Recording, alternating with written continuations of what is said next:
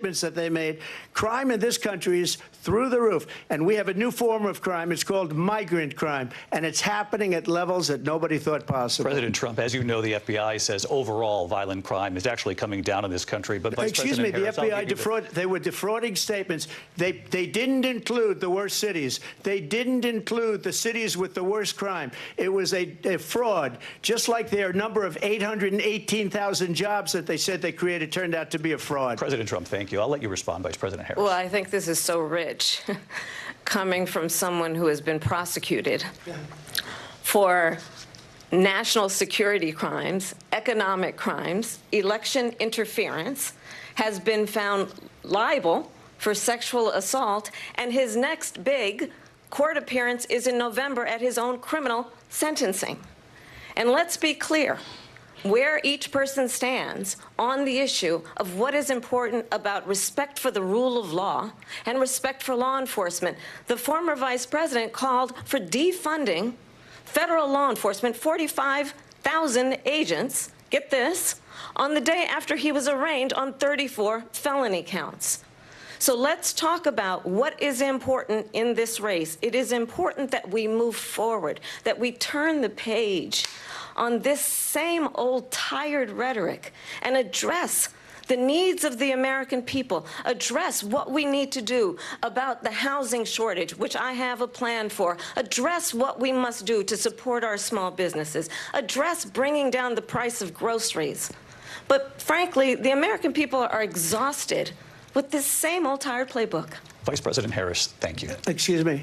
Every one of those cases was started by them against their political opponent. And I'm winning most of them, and I will win the rest on appeal. And you saw that with the decision that came down just recently from the Supreme Court. I'm winning most of them. But those are cases, it's called weaponization. Never happened in this country. They weaponized the Justice Department. Every one of those cases was involved with the DOJ, from Atlanta and Fani Willis to the Attorney General of New York and the DA in New York. Every one of those cases. And then they say, oh, he's a criminal. They're the ones that made them go after me. By the way, Joe Biden was found essentially guilty on the documents case. And what happened in my documents case? They said, oh, that's the toughest of them all. A complete and total victory. 2 months ago, it was thrown out. It's weaponization, and they used it, and it's never happened in this country.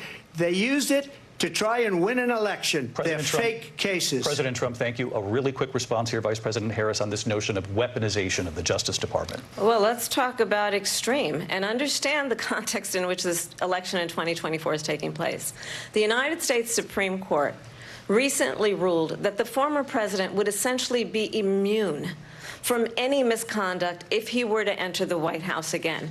Understand, this is someone who has openly said he would terminate, I'm quoting, terminate the Constitution of the United States, that he would weaponize the Department of Justice against his political enemies. Someone who has openly expressed disdain for members of our military. Understand what it would mean if Donald Trump were back in the White House with no guardrails, because certainly we know now the court won't stop him. We know J.D. Vance is not going to stop him. It's up to the American people Vice President to stop Harris, him. Thank you. Lindsay? Vice President Harris, in your last run for president. Weaponized, please. This is the one that weaponized, not me. She weaponized. I probably took a bullet to the head because of the things that they say about me. They talk about democracy. I'm a threat to democracy. They're the threat to democracy with a fake Russia investigation that went nowhere. We have a lot to get to. Lindsay? Vice President Harris, in your last run for president, you said you wanted to ban fracking. Now you don't. You wanted mandatory government buyback programs for assault weapons. Now your campaign says you don't. You supported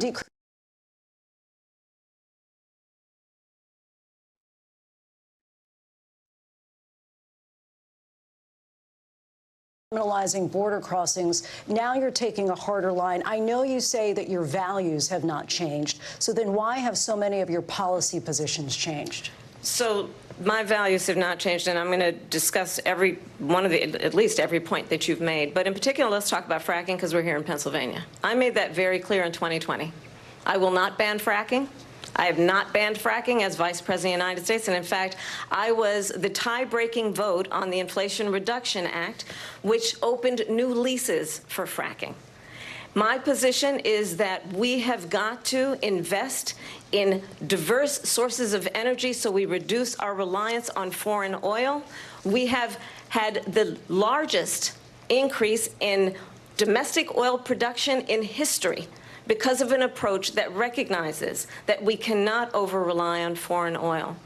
As it relates to my values, let me tell you, I grew up a middle-class kid raised by a hardworking mother who worked and saved and was able to buy our first home when I was a teenager. The values I bring to the importance of home ownership, knowing not everybody got handed $400 million on a silver platter and then filed bankruptcy 6 times, is a value that I bring to my work to say we are going to work with the private sector and home builders to increase 3 million homes, increase by 3 million homes by the end of my first term. My work that is related to having a friend when I was in high school who was sexually assaulted by her stepfather. And my focus then on protecting women and children from violent crime is based on a value that is deeply grounded in the importance of standing up for those who are most vulnerable. My work that is about protecting Social Security and Medicare is based on long-standing work that I have done. Protecting seniors from have not changed. And what is important is that there is a president who actually brings values and a perspective that is about lifting people up and not beating people down and name-calling. The true measure of the leader is the leader who actually understands the strength is not in beating people down, it's in lifting people up. I intend to be that president. President Trump, your response? First of all, I wasn't given $400 million. I wish I was. My father was a Brooklyn builder, Brooklyn, Queens, and a great father, and I learned a lot from him. But I was given a fraction of that, a tiny fraction, and I built it into many, many billions of dollars, many, many billions. And when people see it, they are even surprised. So we don't have to talk about that. Fracking, she's been against it for 12 years. Defund the police, she's been against that forever. She gave all that stuff up very wrongly, very horribly, and everybody's laughing at it, okay? They're all laughing at it. She gave up at least 12 and probably 14 or 15 different policies. Like, she was big on defund the police. In Minnesota, she went out, wait a minute, I'm talking now, if you don't mind, please. Does that sound familiar? Don't lie. She went out in Minnesota and wanted to let criminals that killed people, that burned down Minneapolis, she went out and raised money to get them out of jail.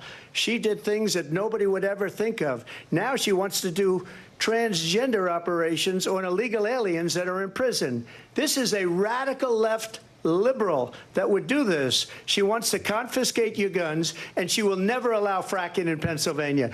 If she won the election, fracking in Pennsylvania will end on day one. Just to finish, one thing so important in my opinion. So I got the oil business going like nobody has ever done before. When they took over, they got rid of it, started getting rid of it, and the prices were going up the roof. They immediately let these guys go to where they were. I would have been 5 times, 4 times, 5 times higher, because you're talking about 3.5 years ago. They got it up to where I was because they had no choice, because the prices of energy were quadrupling and doubling. You saw what happened to gasoline. So they said, let's go back to Trump. But if she won the election, the day after that election, they'll go back to destroying our country, and oil will be dead, fossil fuel will be dead, we'll go back to windmills, and we'll go back to solar, where they need a whole desert to get some energy to come out of it. You ever see a solar plant? By the way, I'm a big fan of solar, but they take 400, 500 acres of desert soil. Trump, we have a These lot are of not good issues things that we for the have to get environment, to. as she We're out of time. understands. Thank you. Lindsay, thank you. We have an election in just 56 days. And I want to talk about the peaceful transfer of power, which, of course, we all know is a cornerstone of our democracy, and the role of a president in a moment of crisis. Mr. President, on January 6th, you told your supporters to march to the Capitol. You said you would be right there with them. The country and the world saw what played out at the Capitol that day, the officers coming under attack. Aides in the West Wing say you watched it unfold on television off the Oval Office. You did send out tweets, but it was more than 2 hours before you sent out that video radio message telling your supporters to go home. Is there anything you regret about what you did on that day? You just said a thing that isn't covered. Peacefully and patriotically, I said during my speech, not later on. Peacefully and patriotically. And nobody on the other side was killed. Ashley Babbitt was shot by an out-of-control police officer that should have never, ever shot her. It's a disgrace. But we didn't do this group of people that have been treated so badly. I ask, what about all the people that are pouring into our country and killing people that she allowed to pour in? She was the border czar, remember that. She was the border czar. She doesn't want to be called the border czar because she's embarrassed by the border. In fact, she said at the beginning, well, I'm surprised you're not talking about the border yet. That's because she knows what a bad job they've done. What about those people? When are they going to be prosecuted? When are these people from countries all over the world, not just South America? They're coming in from all over the world, David, all over the world. And crime rates are down all over the world because of it. But let me just ask you, David, when are those people going to be prosecuted? When are the people that burned down Minneapolis going to be prosecuted? Or in Seattle? They went into Seattle. They took over a big percentage of the city of Seattle. When are those people going to be prosecuted? But let me just ask you. You might ask her that question. You were the president. You were watching it unfold on television. It's a very simple question as we move forward toward another election. Is there anything you regret about what you did on that day? Yes or no? I had nothing to do with that other than they asked me to make a speech. I showed up for a speech. I said, I think it's going to be big. I went to Nancy Pelosi and the mayor of Washington, D.C., and the mayor put it back in writing, as you know. I said, you know, this is going to be a very big rally or whatever you want to call it. And again, it wasn't done by me. It was done by others. I said, I'd like to give you 10,000 National Guard or soldiers. They rejected me. Nancy Pelosi rejected me. It was just 2 weeks ago. Her daughter has a tape of her saying she is fully responsible for what happened. They want to get rid of that tape. It would have never happened if Nancy Pelosi and the mayor of Washington did their jobs. I wasn't responsible for security. Nancy Pelosi was responsible. She didn't do her job. The question was about you as president, not about former Speaker Pelosi, but I do want Vice President Harris to respond here. I was at the Capitol on January 6th. I was the vice president-elect. I was also an acting senator. I was there. And on that day, the President of the United States incited a violent mob to attack our nation's capital, to desecrate our nation's capital. On that day, 140 law enforcement officers were injured, and some died. And understand, the former president has been indicted and impeached for exactly that reason. But this is not an isolated situation. Let's remember Charlottesville, where there was a mob of people carrying tiki torches, spewing anti-Semitic hate. And what did the president then at the time say? There were fine people on each side. Let's remember that when it came to the Proud Boys, a militia, the president said, the former president said, stand back and stand by. So for everyone watching who remembers what January 6th was, I say, we don't have to go back. Let's not go back. We're not going back. It's time to turn the page. And if that was a bridge too far for you, well, there is a place in our campaign for you to stand for country, to stand for our democracy, to stand for rule of law, and to end the chaos, and to end the approach that is about attacking the foundations of our democracy because you don't like the outcome. And be clear on that point. Donald Trump, the candidate, has said in this election there will be a bloodbath if this and the outcome of this election is not to his liking. Let's turn the page on this. Let's not go back. Let's chart a course for the future and not go backwards to the past. let me just follow up here. It was a different term, and it was a term that related to energy, because they have destroyed our energy business. That was where bloodbath was. Also, on Charlottesville, that story has been, as you would say, debunked. Laura Ingraham, Sean Hannity, Jesse, all of these people, they covered it. If they go an extra sentence, they will see it was perfect. It was debunked in almost every newspaper, but they still bring it up, just like they bring 2025 up. They bring all of this stuff up. I ask you this. You talk about the Capitol. Why are we allowing these millions of people to come through on the southern border? How come she's not doing anything? And I'll tell you what I would do, and I would be very proud to do it. I would say we would both leave this debate right now. I'd like to see her go down to Washington, D.C. during this debate, because we're wasting a lot of time. Go down to, because she's been so bad, it's so ridiculous. Go down to Washington, D.C. and let her sign a bill to close up the border, because they have the right to do it. They don't need bills. They have the right to do it. The President of the United States, you'll get him out of bed, you'll wake him up at 4 o'clock in the afternoon, you'll say, come on down to the office, let's sign a bill. If he signs a bill that the border is closed, all he has to do is say it to the Border Patrol, who are phenomenal. If they do that, the border is closed. Mr. Those President, people are killing many people, unlike J6. We talked immigration here tonight. I do want to focus on this next issue to both of you, because it really brings us this into focus, truth in these times that we're living in. Mr. President, for 3.5 years after you lost the 2020 election, you repeatedly falsely claimed that you won, many times saying you won in a landslide. In the past couple of weeks leading up to this debate, you have said, quote, you lost by a whisker, that you, quote, didn't quite make it, that you came up a little bit short. I said that? Are you now acknowledging that you lost in 2020? No, I don't acknowledge that at all. But I you said did that say sarcastically. That. You know that. It was said, oh, we lost by a whisker. That was said sarcastically. Look, there's so much proof. All you have to do is look at it. And they should have sent it back to the legislatures for approval. I got almost 75 million votes, the most votes any sitting president has ever gotten. I was told if I got 63, which was what I got in 2016, you can't be beaten. The election, people should never be thinking about an election as fraudulent. We need two things. We need walls, and we have to have it. We have to have borders, and we have to have good elections. Our elections are bad. And a lot of these illegal immigrants coming in, they're trying to get them to vote. They can't even speak English. They don't even know what country they're in practically. And these people are trying to get them to vote. And that's why they're allowing them to come into our country. I did watch all of these pieces of video. I didn't detect the sarcasm, lost by a whisker. We didn't quite make it. And we should just point out here as clarification, and you know this, you and your allies, 60 cases in front of many judges, many of them Republican. No judge looked at it. And said they said we didn't have standing. That's the other thing. They said we didn't have standing, a technicality. Can you imagine a system where a person in an election doesn't have standing? The President of the United States doesn't have standing. That's how we lost. If you look at the facts, and I'd love to have you'll do a special on it, I'll show you Georgia, and I'll show you Wisconsin, and I'll show you Pennsylvania, and I'll show you.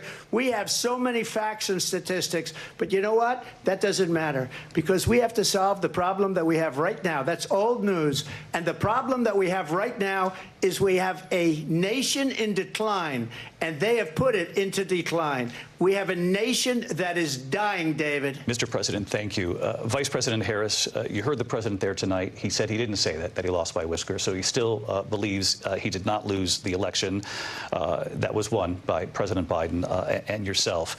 But I do want to ask you about something that's come up in the last couple of days. This was a post from President Trump about this upcoming election just weeks away. He said, when I win, those people who cheated, and then he lists donors, voters, election officials, he says will be prosecuted to the fullest extent of the law, which will include long-term prison sentences. One of your campaign's top lawyers responded saying, we won't let Donald Trump intimidate us. We won't let him suppress the vote. Is that what you believe he's trying to do here? Donald Trump was fired by 81 million people. So let's be clear about that. And clearly he is having a very difficult time processing that. But we cannot afford to have a president of the United States who attempts, as he did in the past, to upend the will of the voters in a free and fair election.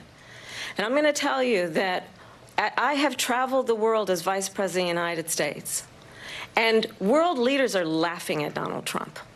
I have talked with military leaders, some of whom worked with you, and they say you're a disgrace. And when you then talk in this way in a presidential debate and deny what over and over again are court cases you have lost because you did, in fact, lose that election, it leads one to believe that perhaps we do not have in the candidate to my right the temperament or the ability to not be confused about fact. That's deeply troubling, and the American people deserve better. I'll give you 1 minute to respond, Mr. President. Let me just say about world leaders. Viktor Orban, one of the most respected men, they call him a strong man. He's a tough person, smart, Prime Minister of Hungary. They said, why is the whole world blowing up? 3 years ago it wasn't. Why is it blowing up? He said, because you need Trump back as president. They were afraid of him. China was afraid, and I don't like to use the word afraid, but I'm just quoting him. China was afraid of him. North Korea was afraid of him. Look at what's going on with North Korea, by the way. He said Russia was afraid of him. I ended the Nord Stream 2 pipeline, and Biden put it back on day one, but he ended the XL pipeline. The XL pipeline in our country, he ended that. But he let the Russians build a pipeline going all over Europe and heading into Germany, the biggest pipeline in the world. Look, Viktor Orban said it. He said the most respected, most feared person is Donald Trump. We had no problems when Trump was president, but when this weak, pathetic man that you saw at a debate just a few months ago, that if he weren't in that debate, he'd be running instead of her. She got no votes. He got 14 million votes. What you did, you talk about a threat to democracy. He got 14 million votes, and they threw him out of office. And you know what? I'll give you a little secret. He hates her. He can't stand her. But he got 14 million votes. They threw him out. She got 0 votes. And when she ran, she was the first one to leave because she failed, and now she's running. I don't understand it, but I'm okay with it because your time is I think up. we're going to do very well. We've got a lot more to get to. Turning now to the Israel-Hamas war and the hostages who are still being held, Americans among them. Vice President Harris, in December, you said, quote, Israel has a right to defend itself, but you added, quote, it matters how, saying international humanitarian law must be respected. Israel must do more to protect innocent civilians. You said that 9 months ago. Now an estimated 40,000 Palestinians are dead. Nearly 100 hostages remain. Just last week, Prime Minister Benjamin Netanyahu said there's not a deal in the making.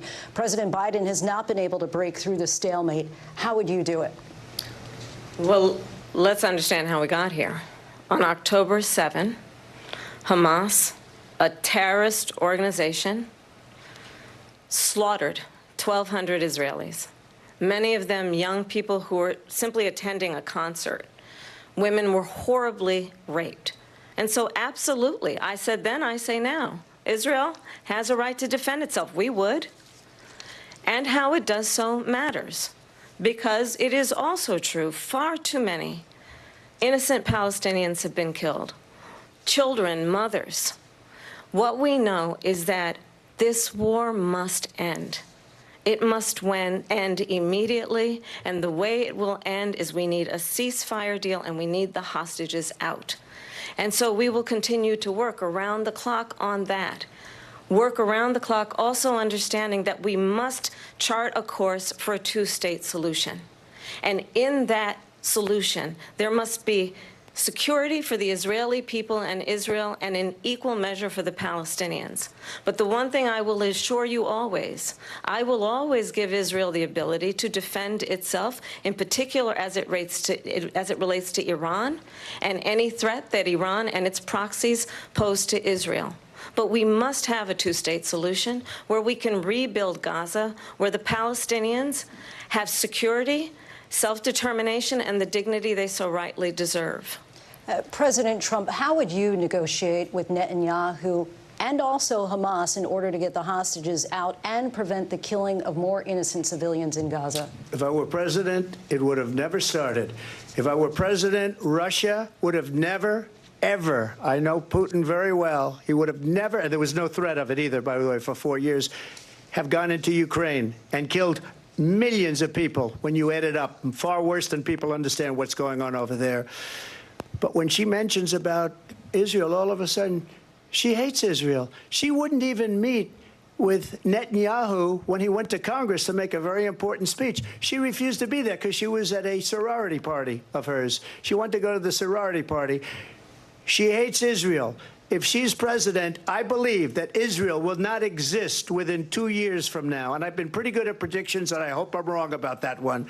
She hates Israel. At the same time, in her own way, she hates the Arab population, because the whole place is going to get blown up. Arabs, Jewish people, Israel will be gone. It would have never happened. Iran was broke under Donald Trump. Now Iran has $300 billion because they took off all the sanctions that I had. Iran had no money for Hamas or Hezbollah or any of the 28 different spheres of terror. And they are spheres of terror, horrible terror. They had no money. It was a big story, and you know it. You covered it very well, actually. They had no money for terror. They were broke. Now they're a rich nation, and now what they're doing is they're spreading that money around. Look at what's happening with the Houthis and Yemen. Look at what's going on in the Middle East. This would have never happened. I will get that settled and fast, and I'll get the war with Ukraine and Russia ended. If I'm president-elect, I'll get it done before even becoming president. Vice President Harris, he says you hate Israel. That's absolutely not true. I have my entire career and life supported Israel and the Israeli people. He knows that. He's trying to, again, divide and distract from the reality, which is it is very well known that Donald Trump is weak and wrong on national security and foreign policy. It is well known that he admires dictators, wants to be a dictator on day one, according to himself. It is well known that he said of Putin that he can do whatever the hell he wants and go into Ukraine. It is well known that he said when Russia went into Ukraine, it was brilliant. It is well known he exchanged love letters with Kim Jong-un. And it is absolutely well known that these dictators and autocrats are rooting for you to be president again because they're so clear. They can manipulate you with flattery and favors. And that is why so many military leaders who you have worked with have told me you are a disgrace. That is why we understand that we have to have a president who is not consistently weak and wrong on national security, including the importance of upholding and respecting in highest regard our military. Vice President Harris, thank you. They're the ones, and she's the one that caused it, that's weak on national security by allowing every nation last month for the year, 168 different countries sending people into our country. Their crime rates are way down. Putin endorsed her last week, said, I hope she wins. And I think he meant it, because what he's gotten away with is absolutely incredible. It wouldn't have happened with me. The leaders of other countries think that they're weak and incompetent, and they are. They're grossly incompetent. And I just ask one question. Why does Biden go in and kill the Keystone Pipeline and approve the single biggest deal that Russia's ever made, Nord Stream 2, the biggest pipeline anywhere in the world going to Germany and all over Europe? Because they're weak and they're ineffective. And Biden, by the way, President gets paid Trump, a lot of money. Thank you. We have a lot of issues to get to. We'll be right back with much more of this historic ABC News presidential debate from the National Constitution Center right here in Philadelphia. Back in a moment.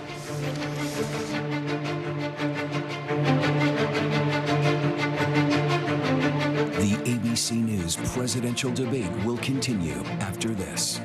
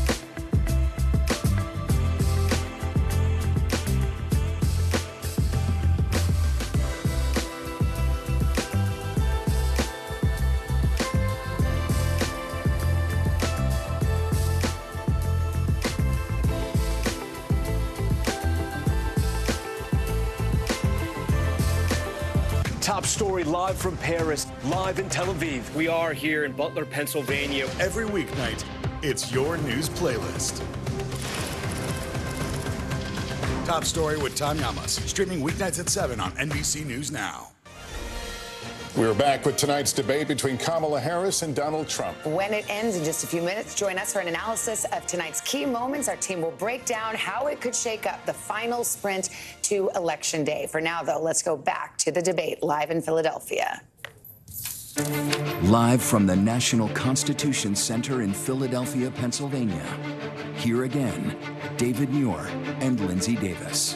Welcome back to this historic ABC News presidential debate tonight. We're going to continue here, and I want to turn to the war in Ukraine. We're now 2.5 years into this conflict. Mr. President, it has been the position of the Biden administration that we must defend Ukraine from Russia, from Vladimir Putin, to defend their sovereignty, their democracy, that it's in America's best interest to do so, arguing that if Putin wins, he may be emboldened to move even further into other countries.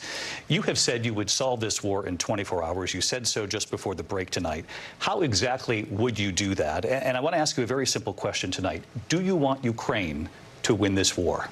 I want the war to stop. I want to save lives that are being uselessly, people being killed by the millions. It's the millions. It's so much worse than the numbers that you're getting, which are fake numbers. Look, we're in for 250 billion or more, because they don't ask Europe, which is a much bigger beneficiary to getting this thing done than we are. They're in for $150 billion less because Biden and you don't have the courage to ask Europe like I did with NATO. They paid billions and billions, hundreds of billions of dollars when I said, either you pay up or we're not going to protect you anymore. So that's maybe one of the reasons they don't like me as much as they like weak people. But you take a look at what's happening. We're in for 250 to 275 billion. They're into 100 to 150. They should be forced to equalize. With that being said, I want to get the war settled. I know Zelensky very well, and I know Putin very well. I have a good relationship, and they respect your president, okay? They respect me. They don't respect Biden. How would you respect him? Why? For what reason? He hasn't even made a phone call in 2 years to Putin, hasn't spoken to anybody. They don't even try and get it. That is a war that's dying to be settled. I will get it settled before I even become president. If I win, when I'm president-elect, and what I'll do is I'll speak to one, I'll speak to the other, I'll get them together. That war would have never happened. And in fact, when I saw Putin after I left, unfortunately left because our country has gone to hell. But after I left, when I saw him building up soldiers, he did it after I left, I said, oh, he must be negotiating. It must be a good, strong point of negotiation. Well, it wasn't, because Biden had no idea how to talk to him. He had no idea how to stop it. And now you have millions of people dead, and it's only getting worse, and it could lead to World War III. Don't kid yourself, David.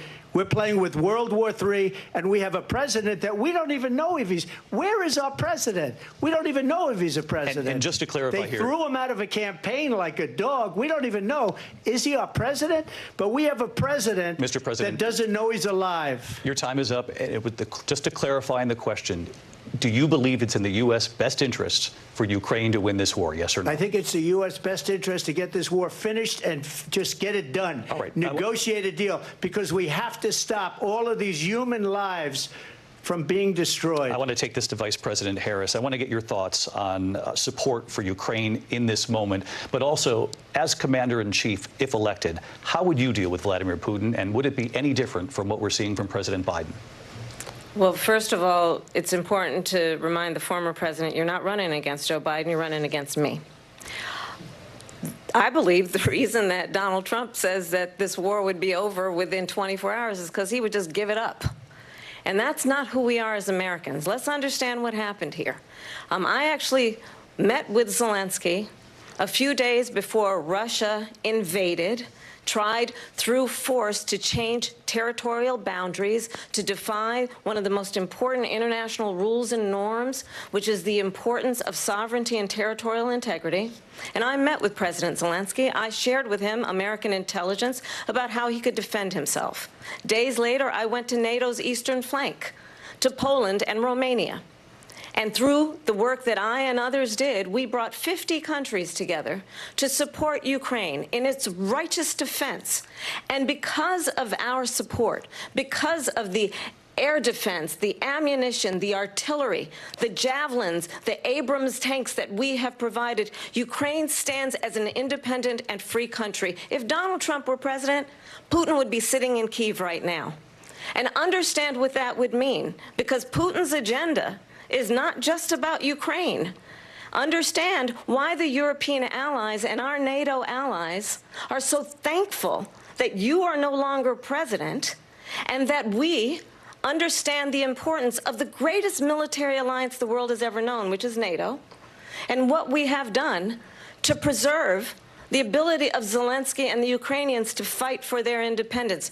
Otherwise, Putin would be sitting in Kyiv with his eyes on the rest of Europe, starting with Poland. And why don't you tell the 800,000 Polish Americans right here in Pennsylvania how quickly you would give up for the sake of favor and what you think is a friendship with what is known to be a dictator who would eat you for lunch. Vice President Harris, thank you. We've heard from both of you on Ukraine tonight. Afghanistan came up in the last hour. I wanted her to respond to something you said earlier, and please, I'll give you a minute here. Putin would be sitting in Moscow, and he wouldn't have lost 300,000 men and women, but he would have been sitting in Moscow. Quiet, please. He would have been sitting in Moscow much happier than he is right now. But eventually, you know, he's got a thing that other people don't have. He's got nuclear weapons. They don't ever talk about that. He's got nuclear weapons. Nobody ever thinks about that. And eventually, maybe he'll use them, and maybe he hasn't been that threatening.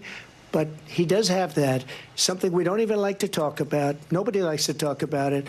But just so you understand, they sent her to negotiate peace before this war started. 3 days later, he went in and he started the war because everything they said was weak and stupid. They said the wrong things. That war should have never started. She was the emissary. They sent her in to negotiate with Zelensky and Putin, and she did. And the war started 3 days later. And that's the kind of talent we have with her. She's worse than Biden. In my opinion, I think he's the worst president in the history of our country. She goes down as the worst vice president in the history of our country. But let me tell you something. She is a horrible negotiator. They sent her in to negotiate. As soon as they left, Putin did the invasion. President Trump, thank you. You did bring up something. You said she went to negotiate with Vladimir Putin. Vice President Harris, have you ever met Vladimir Putin? Can you clarify tonight? Yet again, I said it at the beginning of this debate, you're going to hear a bunch of lies coming from this fellow. And that is another one. When I went to meet with President Zelensky, I've now met with him over 5 times.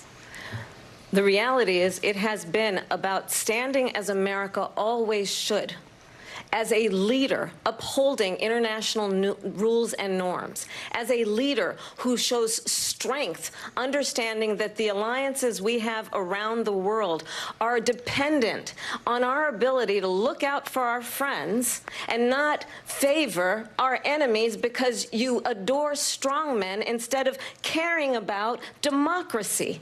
And that is very much what is at stake here. The President of the United States is commander-in-chief. And the American people have a right to rely on a president who understands the significance of America's role and responsibility in terms of ensuring that there is stability and ensuring we stand up for our principles and not sell them for the benefit of personal flattery. We've talked about Ukraine and Vladimir Putin. I do want to talk about Afghanistan. It came up in the first hour of this debate. I want to move on to Afghanistan. Stoltenberg said Trump did the most amazing thing I've ever seen. He got these countries, the 28 countries at the time, to pay up. He said, I've never seen, he's the head of NATO. He said, I've never seen. For years, we were paying almost all of NATO. We were being ripped off by European nations, both on trade and on NATO. I got them to pay up by saying one of the statements you made before, if you don't pay, we're not going to protect you. Otherwise, we would have never gotten it. He said it was one of the most incredible jobs that he's ever seen done. Thank you. I want to turn to Afghanistan. It came up in the first hour of the debate, and we witnessed a poignant moment today on Capitol Hill, honoring the soldiers who died in the chaotic withdrawal from Afghanistan. I do want to ask the Vice President, do you believe you bear any responsibility in the way that withdrawal played out? Well, I will tell you, I agreed with President Biden's decision to pull out of Afghanistan. 4 presidents said they would, and Joe Biden did. And as a result, America's taxpayers are not paying the $300 million a day we were paying for that endless war. And as of today, there is not one member of the United States military who is in active duty in a combat zone in any war zone around the world, the first time this century. But let's understand how we got to where we are. Donald Trump, when he was president, negotiated one of the weakest deals you can imagine. He calls himself a deal maker. Even his national security advisor said it was a weak, terrible deal. And here's how it went down. He bypassed the Afghan government. He negotiated directly with a terrorist organization called the Taliban. The negotiation involved the Taliban getting 5,000 Taliban terrorists released. And get this, and the president at the time invited the Taliban to Camp David, a place of storied significance for us as Americans, a place where we honor the importance of American diplomacy, where we invite and receive respected world leaders. And this former president, as president, invited them to Camp David because he does not, again, appreciate the role and responsibility of the President of the United States to be commander-in-chief with a level of respect. And this gets back to the point of how he has consistently disparaged and demeaned members of our military, fallen soldiers, and the work that we must do to uphold the strength and the respect of the United States of America around the world. Vice President Harris, thank you. President Trump, your response to her saying that you began the negotiations with the Taliban. So if you take a look at that period of time, the Taliban was killing our soldiers, a lot of them, with snipers. And I got involved with the Taliban because the Taliban was doing the killing. That's the fighting force within Afghanistan. They don't bother doing that because, you know, they deal with the wrong people all the time. But I got involved. And Abdul is the head of the Taliban. He is still the head of the Taliban. And I told Abdul, don't do it anymore. You do it anymore, you're going to have problems. And he said, why do you send me a picture of my house? I said, you're going to have to figure that out, Abdul. And for 18 months, we had nobody killed. We did have an agreement negotiated by Mike Pompeo. It was a very good agreement. The reason it was good, it was we were getting out. We would have been out faster than them, but we wouldn't have lost the soldiers. We wouldn't have left many Americans behind, and we wouldn't have left $85 billion worth of brand new, beautiful military equipment behind. And just to finish, they blew it. The agreement said you have to do this, and they didn't do it. They didn't do it. The agreement was terminated by us because they didn't do what they were supposed to do. I want to move on. And these people did the worst withdrawal and, in my opinion, the most embarrassing moment in the history of our country. And by the way, that's why Russia attacked Ukraine, because they saw how incompetent she and her boss are. President Trump, thank you. I want to move on now to race and politics in this country. Mr. President, you recently said of Vice President Harris, quote, I didn't know she was black until a number of years ago when she happened to turn black, and now she wants to be known as black. I want to ask a bigger picture question here tonight. Why do you believe it's appropriate to weigh in on the racial identity of your opponent? I don't, and I don't care. I don't care what she is. I don't care. You make a big deal out of something. I couldn't care less. Whatever she wants to be is okay with me. But those were your words, so I'm asking. I don't know. I mean, all I can say is I read where she was not black, that she put out, and I'll say that. And then I read that she was black, and that's okay. Either one was okay with me. That's up to her. That's up to her. Vice President Harris, your thoughts on this? I think it's, I mean, honestly, I think it's a tragedy that we have someone who wants to be president who has consistently, over the course of his career, attempted to use race to divide the American people. You know, I do believe that the vast majority of us know that we have so much more in common than what separates us, and we don't want this kind of approach that is just constantly trying to divide us, and especially by race. And let's remember how Donald Trump started. He was a land, he owned buildings, and he was investigated because he refused to rent property to black families. Let's remember, this is the same individual who took out a full-page ad in the New York Times calling for the execution of 5 young black and Latino boys who were innocent, the Central Park 5. Took out a full-page ad calling for their execution. This is the same individual who spread birther lies about the first black president of the United States. And I think the American people want better than that, want better than this, want someone who understands, as I do, I travel our country. We see in each other a friend. We see in each other a neighbor. We don't want a leader who is constantly trying to have Americans point their fingers at each other. I meet with people all the time who tell me, can we please just have discourse about how we're going to invest in the aspirations and the ambitions and the dreams of the American people, knowing that regardless of people's color or the language their grandmother speaks, we all have the same dreams and aspirations and want a president who invests in those, not in hate and division. Vice President Harris, thank you. Lindsay? President Trump, this is now your 3rd time. This is the most divisive presidency in the history of our country. There's never been anything like it. They're destroying our country, and they come up with things like what she just said. Going back many, many years, when a lot of people, including Mayor Bloomberg, agreed with me on the Central Park 5, they admitted, they said, they pled guilty. And I said, well, if they pled guilty, they badly hurt a person, killed a person ultimately. And if they pled guilty, then they pled, we're not guilty. But this is a person that has to stretch back years, 40, 50 years ago, because there's nothing now. I built one of the greatest economies in the history of the world, and I'm going to build it again. It's going to be bigger, better, and stronger. But they're destroying our economy. They have no idea what a good economy is. Their oil policies, every single policy. And remember this, she is Biden. You know, she's trying to get away from Biden. I don't know the gentleman, she says. She is Biden.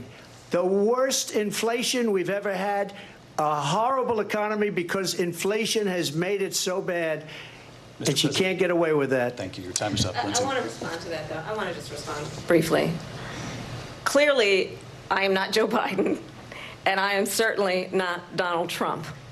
And what I do offer is a new generation of leadership for our country, one who believes in what is possible, one who brings a sense of optimism about what we can do instead of always disparaging the American people. I believe in what we can do to strengthen our small businesses, which is why I have a plan. Let's talk about our plans and let's compare the plans. I have a plan to give startup businesses $50,000 tax deduction, to pursue their ambitions, their innovation, their ideas, their hard work. I have a plan, $6,000 for young families for the first year of your child's life, to help you in that most critical stage of your child's development. I have a plan that is about allowing people to be able to pursue what has been fleeting in terms of the American dream by offering a help with down payment of $25,000 down payment assistance for first-time home buyers. That's the kind of conversation, I believe, David, that people really want tonight, as opposed to a conversation that is constantly about belittling and name-calling. Let's turn the page Vice President and move Harris, forward. Thank you. Let's turn to policy. President Trump, we have to move on. President Trump. Let's turn to policy, please. She has a plan to defund the police. She has a plan to confiscate everybody's gun. President Trump, she has a have plan to move on to not other allow issues. fracking in Pennsylvania or anywhere else. Okay. That's what her plan is until just recently. I just need Lindsay, to go ahead. respond because Trump, the former president has said something sorry. twice that I need to respond to. I'm sorry. We're going to move on, Vice President Harris. President Trump, this is now your third time running for president. You have long vowed to repeal and replace the Affordable Care Act, also known as Obamacare. You have failed to to accomplish that. You now say you're going to keep Obamacare, quote, unless we can do something much better. Correct. Last month, you said, quote, we're working on it. So tonight, 9 years after you first started running, do you have a plan, and can you tell us what it is? Obamacare was lousy health care, always was. It's not very good today. And what I said, that if we come up with something, and we are working on things, we're going to do it and we're going to replace it. But remember this, I inherited Obamacare because Democrats wouldn't change it. They wouldn't vote for it. They were unanimous. They wouldn't vote to change it. If they would have done that, we would have had a much better plan than Obamacare. But the Democrats came up. They wouldn't vote for it. I had a choice to make when I was president. Do I save it and make it as good as it can be, never going to be great, or do I let it rot? And I felt I had an obligation, even though politically it would have been good to just let it rot and let it go away. I decided, and I told my people, the top people, and they're very good people. I have a lot of good people in that administration. We read about the bad ones. We had some real bad ones, too, and so do they. They have really bad ones. The difference is they don't get rid of them. But let me just explain. I had a choice to make. Do I save it and make it as good as it can be, or do I let it rot? And I saved it. I did the right thing. But it's still never going to be great, and it's too expensive for people. And what we will do is we're looking at different plans. If we can come up with a plan that's going to cost our people, our population, less money and be better health care than Obamacare, then I would absolutely do it. But until then, I'd run it as good as it can be run. So just a yes or no, you still do not have a plan? I have concepts of a plan. I'm not president right now. But if we come up with something, I would only change it if we come up with something that's better and less expensive. And there are concepts and options we have to do that, and you'll be hearing about it in the not-too-distant future. Vice President Harris, in 2017, you supported Bernie Sanders' proposal to do away with private insurance and create a government-run health care system. 2 years later, you proposed a plan that included a private insurance option. What is your plan today? Well, first of all, I absolutely support, and over the last 4 years as vice president, private health care options. But what we need to do is maintain and grow the Affordable Care Act. But I'll get to that, Lindsay. I just need to respond to a previous point that the former president has made. I've made very clear my position on fracking. And then this business about taking everyone's guns away. Tim Walz and I are both gun owners. We're not taking anybody's guns away. So stop with the continuous lying about this stuff. As it relates to the Affordable Care Act, understand, just look at the history to know where people stand. When Donald Trump was president, 60 times he tried to get rid of the Affordable Care Act. 60 times. I was a senator at the time when I will never forget the early morning hours when it was up for a vote in the United States Senate. And the late, great John McCain, who you have disparaged as being, you don't like him, you said, at the time because he got caught. He was an American hero. The late, great John McCain, I will never forget that night, walked onto the Senate floor and said, no, you don't. No, you don't. No, you don't get rid of the Affordable Care Act. You have no plan. And what the Affordable Care Act has done is eliminate the ability of insurance companies to deny people with pre-existing conditions. I don't have to tell the people watching tonight, you remember what that was like? Remember when an insurance company could deny if a child had asthma, if someone was a breast cancer survivor, if a grandparent had diabetes? And thankfully, as I've been vice president, and we, over the last 4 years, have strengthened the Affordable Care Act, we have allowed, for the first time, Medicare to negotiate drug prices on behalf of you, the American people. Donald Trump said he was going to allow Medicare to negotiate drug prices. He never did. We did. And now we have capped the cost of insulin at $35 a month. Since I've been vice president, we have capped the cost of prescription medication for seniors at $2,000 a year. And when I am president, we will do that for all people, understanding that the value I bring to this is that access to health care should be a right and not just a privilege of those who can afford it. And the plan has to be to strengthen the Affordable Care Act, not get rid of it, pass this prologue in terms of where Donald Trump stands on that. I want to move to an issue that's important for a lot of... You made a mistake. Number one, John McCain fought Obamacare for 10 years. But it wasn't only him. It was, and made money, and they want to have private. She wants everybody.